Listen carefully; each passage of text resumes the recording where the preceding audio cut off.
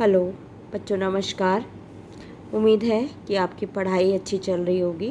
कुछ बच्चों का मेरे पास मैसेज आया था कि मैडम अंतर्राष्ट्रीय संगठन के बारे में बता दीजिए, हमें ये समझ में नहीं आ रहा है। कुछ बच्चे कह रहे थे मैडम वीटो पावर बता दीजिए। तो एक मैं वीडियो के माध्यम से इन दोनों चीज़ों को कवर कर रही हूँ। उम्मीद है कि आपको समझ आएगा। अंतर्राष्ट्रीय संगठन आपकी बुक के फर्स्ट पार्ट का चौथा चैप्टर है, ठीक है। अंतर्राष्ट्रीय संगठन, अंतर्राष्ट्रीय का मतलब होता है विश्व का संगठन। विश्व के संगठन में सबसे पहले नाम आता है संयुक्त राष्ट्र संघ का। और ये जो चैप्टर है अंतर्राष्ट्रीय संगठन, इसमें हमें संयुक्त राष्ट्र संघ के बारे में ही पढ़ना है। आपने नाम सुना होगा संयुक्त राष्ट्र संघ, जिसको यूएनओ भी कहते हैं। और एक नंबर का क्वेश्चन पूछा जाता है कि यूएनओ की फुल फॉर्म बताइए। यूनाइटेड नेशन ऑर्गेनाइजेशन, हिंदी में कहें तो संयुक्त राष्ट्र संघ, जिसकी स्थापना हुई थी 24 अक्टूबर 1945 को। चलिए, अब बात आती है कि ये अंतर्राष्ट्रीय संगठन, इनको बनाने की आवश्यकता क्यों पड़ी या क्यों इस तरीके से संगठन बनाए गए। संयुक्त राष्ट्र संगठन की जो स्थापना की गई, इसका उद्देश्य क्या था, इसको क्यों बनाया गया। तो सबसे पहले हम इसके बारे में बात करते हैं। तो यहाँ पर ये जो क्वेश्चन है, अंतर्राष्ट्रीय संगठन की आवश्यकता क्यों है या संयुक्त राष्ट्र संघ के उद्देश्य क्या हैं, दोनों एक ही क्वेश्चन है और दोनों का आंसर ही हम अभी, दोनों का सेम आंसर है जो अभी हम यहाँ पर जिसकी बात करेंगे। तो इस क्वेश्चन को हम ऐसे भी समझ सकते हैं कि संयुक्त राष्ट्र संघ के उद्देश्य बताइए या अंतर्राष्ट्रीय संगठन की आवश्यकता क्यों पड़ी। हम ये जानते हैं कि अब तक विश्व में 1945 में देखो संयुक्त राष्ट्र संघ की स्थापना हुई। उससे पहले विश्व में 2 विश्व युद्ध हो चुके थे। पहला विश्व युद्ध हुआ था 1914 से 1918 के बीच में। द्वितीय विश्व युद्ध हुआ था 1939 से 1945 में, और जिसमें कई लाखों करोड़ों लोग मारे गए। देशों की अर्थव्यवस्थाएं बिल्कुल चौपट हो गई, गरीबी भूखमरी बढ़ गई, और जितने भी उद्योग धंधे थे, बहुत सारे बड़े बड़े देशों के, छोटे देशों के, ये सब बिल्कुल ख़त्म हो गए।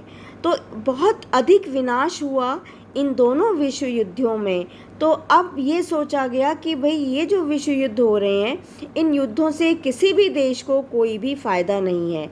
जो देश जीत रहे हैं उनके भी जान माल का नुकसान हो रहा है, उनका भी पैसा बर्बाद हो रहा है, और जो हार रहे हैं उनकी अर्थव्यवस्था, उनके लोग भी मारे जा रहे हैं।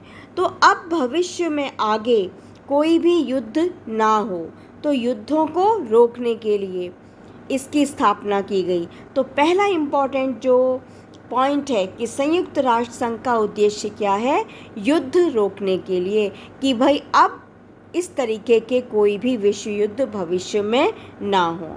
दूसरा, विश्व में शांति बनी रहे, विश्व में प्रेम बना रहे, और कहीं पे भी कुछ देशों में अगर कुछ मनमुटाव होता है, युद्ध की नौबत आती है, तो उसको किस तरीके से रोका जाए, कैसे बातचीत के माध्यम से देशों को समझाया जाए कि भाई युद्ध रोक दो और शांति व्यवस्था कायम करो। तो संयुक्त राष्ट्र संघ का मुख्य उद्देश्य युद्ध रोकना और विश्व में शांति और प्रेम बनाए रखना है।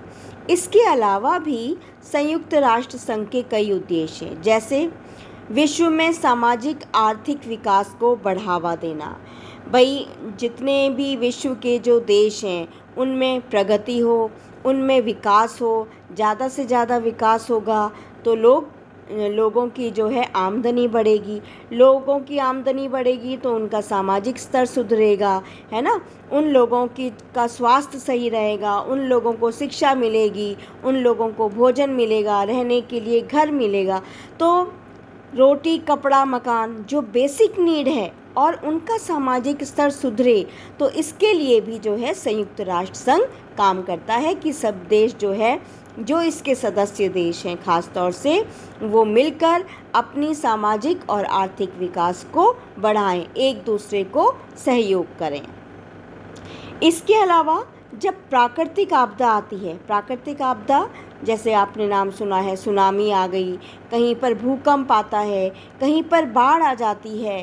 तो जिस देश में भूकंप आया है, बाढ़ आई है या सुनामी आई है, उन देशों को, उस देश को दूसरे देश मिल कर के मदद करते हैं। चाहे वहाँ पर राशन पानी भिजवाते हैं भूकंप के लोगों से, भूकंप के लोग जो पीड़ित लोग हैं या बाढ़ से पीड़ित लोग हैं, वहाँ राशन पानी भिजवा रहे हैं, दवाएं भिजवा रहे हैं। तो इन सब के लिए जो स्टेप कौन उठाता है? संयुक्त राष्ट्र संघ उठाता है। संयुक्त राष्ट्र संघ अपने सदस्य देशों से कहता है कि भाई फलाने देश में भूकंप आया है, तो उसकी मदद करते हैं। तो कुछ देश जो उसके सदस्य हैं, कुछ राशन पानी पहुंचा रहे हैं, कुछ देश मिलके जो है दवाइयाँ दे रहे हैं, कुछ देशों से डॉक्टर जा रहे हैं, उनका इलाज करवा रहे हैं। तो इस तरीके से यदि कहीं पे प्राकृतिक आपदा आती है, तो वहाँ पे भी मदद के लिए संयुक्त राष्ट्र संघ खड़ा होता है। इसके अलावा महामारी को रोकने के लिए, अब जैसे आपने देखा कि अभी हम कोविड से निपटे हैं, कोविड 1 आया, कोविड 2 आया, अलग अलग कोविड के वेरिएंट हैं, और अभी भी कोविड जो है वो प्रोसेस में है। और इसके अलावा पहले हैजा खूब फैलता था, पोलियो फैलता था, टीबी फैलती थी, जिससे कि हैजा तो ऐसा फैलता था पूरे के पूरे गांव जो है वो सब हैजा की चपेट में या टाइफाइड की चपेट में आ जाते थे, और पूरे के पूरे गांव, शहर के शहर सब खत्म हो जाते थे। तो यदि जब भी महामारी फैलती है, तो जो संयुक्त राष्ट्र संघ है वो आगे आता है उस महामारी को रोकने के लिए, उससे संबंधित दवाएं बनाने के लिए, वैक्सीन बनाने के लिए। और जो गरीब देश हैं, जो पिछड़े देश हैं, या जिनके पास पैसा नहीं है, उनको वहाँ दवाएं भेजी जा रही हैं, इंजेक्शंस भेजे जा रहे हैं, वहाँ पर डॉक्टर्स भेजे जा रहे हैं। तो जब भी महामारी आती है, तो वहाँ पर भी संयुक्त राष्ट्र संघ मदद के लिए खड़ा होता है। इसके अलावा जैसे जैसे विकास होता है, विकास जहाँ भी विकास होगा, तो उसका एक नेगेटिव इफ़ेक्ट ये पड़ता है कि पर्यावरण प्रदूषित होता है। अब भाई देखो, हम पर्यावरण कैसे प्रदूषित होगा? हम जो है ओवरब्रिज बना रहे हैं, पुल बना रहे हैं। तो पुल बनाने के लिए क्या करना पड़ेगा? जहाँ पर जंगल हैं, जंगल साफ़ करने पड़ेंगे, पेड़ काटने पड़ेंगे, है ना। अब रेलवे लाइन बिछानी है, रेलवे लाइन बिछानी है तो जगह चाहिए, जगह चाहिए तो उसके लिए फिर पेड़ काटने पड़ेंगे, या वहाँ जंगल होगा वो साफ़ करना पड़ेगा, नदी है तो उसका भराव करना पड़ेगा। तो जो इस तरीके से जब भी आर्थिक विकास हो रहा है, आपने देखा जंगल, ईंटों के जंगल खड़े हो रहे हैं, जगह जगह मॉल बन रहे हैं, और बड़ी बड़ी बिल्डिंग्स बन रही हैं, फ्लैट बन रहे हैं। तो वो कैसे बन रहे हैं? वो जंगलों को काट के ही तो बन रहे हैं। तो जब जंगल काटे जाते हैं, तो पृथ्वी का तापमान बढ़ जाता है, जिसे कहते हैं ग्लोबल वार्मिंग।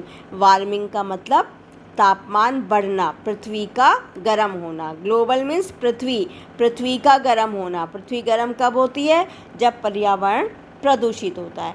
तो सब देश मिलके कैसे इस पर्यावरण प्रदूषण की समस्या को हल करें, इसके लिए भी जो है संयुक्त राष्ट्र संघ या अंतर्राष्ट्रीय संघ काम करते हैं। और जो गरीब और पिछड़े देश हैं, उन देशों को सहायता देना, उनको पैसे से मदद करना, उनको तकनीकी ज्ञान देना, तो ये काम भी जो है संयुक्त राष्ट्र संघ करता है। इसके अलावा अब आजकल तो सबसे बड़ी समस्या है आतंकवाद।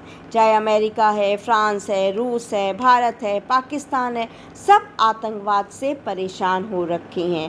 पहले तो केवल भारत में ही आतंकवाद था, अब तो ब्रिटेन में, बड़े बड़े सभी देशों में आतंकवाद पहुंच गया है। तो ये आतंकवाद जो है विश्वव्यापी समस्या बन गई है। इसको किस तरीके से रोका जाए, इस मामले में भी संयुक्त राष्ट्र संघ काम करता है। और मनुष्य की, मानवता की रक्षा के लिए या मानव अधिकारों को सुरक्षित रखने के लिए, भाई मनुष्यों को उनका अधिकार दिया जाए, इस संबंध में भी संयुक्त राष्ट्र संघ जो है वो काम करता है। तो सबसे पहले ये बहुत इम्पॉर्टेंट प्रश्न है, संयुक्त राष्ट्र संघ का उद्देश्य क्या है? तो अगर 1 नंबर या 2 नंबर में आता है, तो पहला आपने आँख बंद करके लिखना है कि संयुक्त राष्ट्र संघ की जो स्थापना हुई थी वो युद्ध रोकने के लिए हुई थी और विश्व में शांति व्यवस्था बनाने के लिए हुई थी।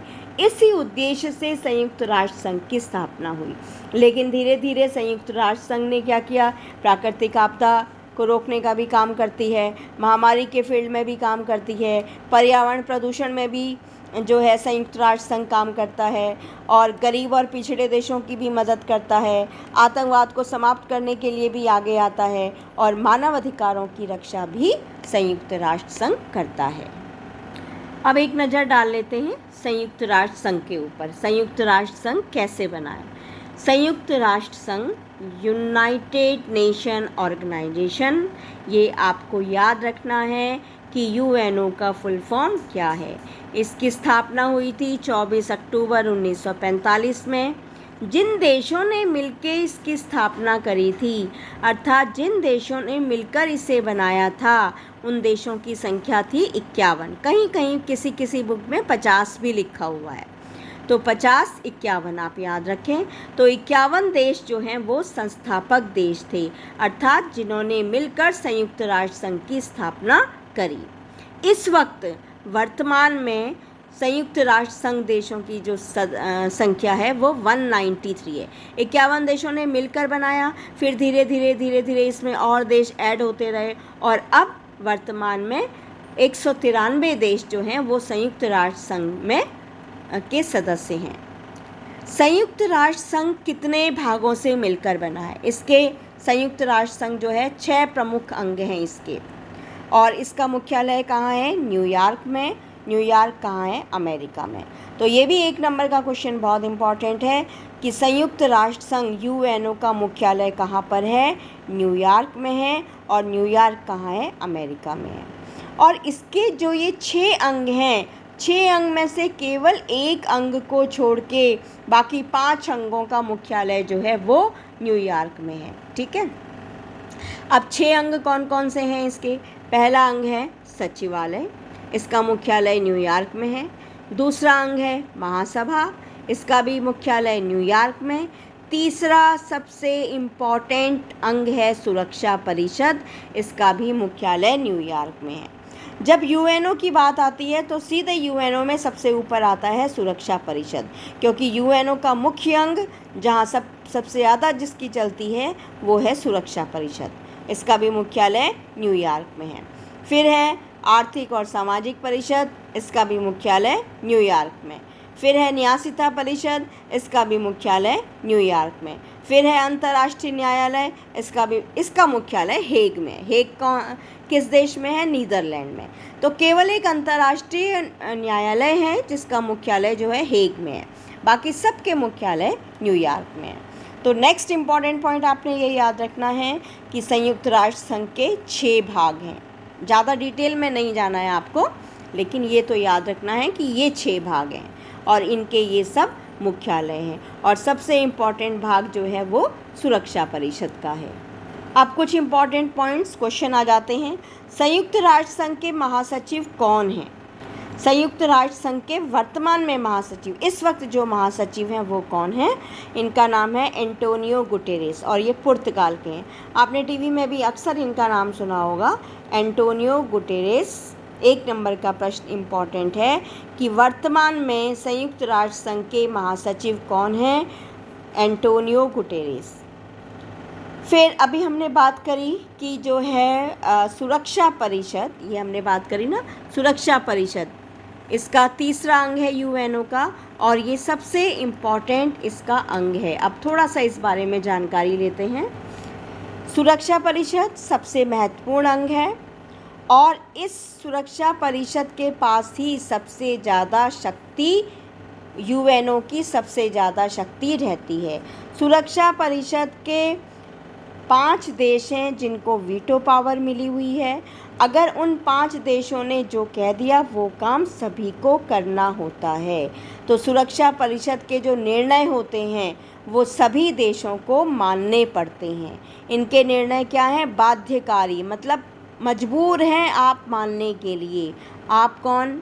जो इसके सदस्य हैं, 193 सदस्य हैं ना, अभी हमने बात करी थी। तो 193 सदस्यों को सुरक्षा परिषद ने जो भी कहेगी उन सभी देशों को ये मानना पड़ेगा। तो एक ये छोटा सा वीडियो है, उम्मीद है आपको समझ में आएगा। और फिर अभी सुरक्षा परिषद और वीटो पावर के बारे में मैं नेक्स्ट वीडियो पे बात करूँगी।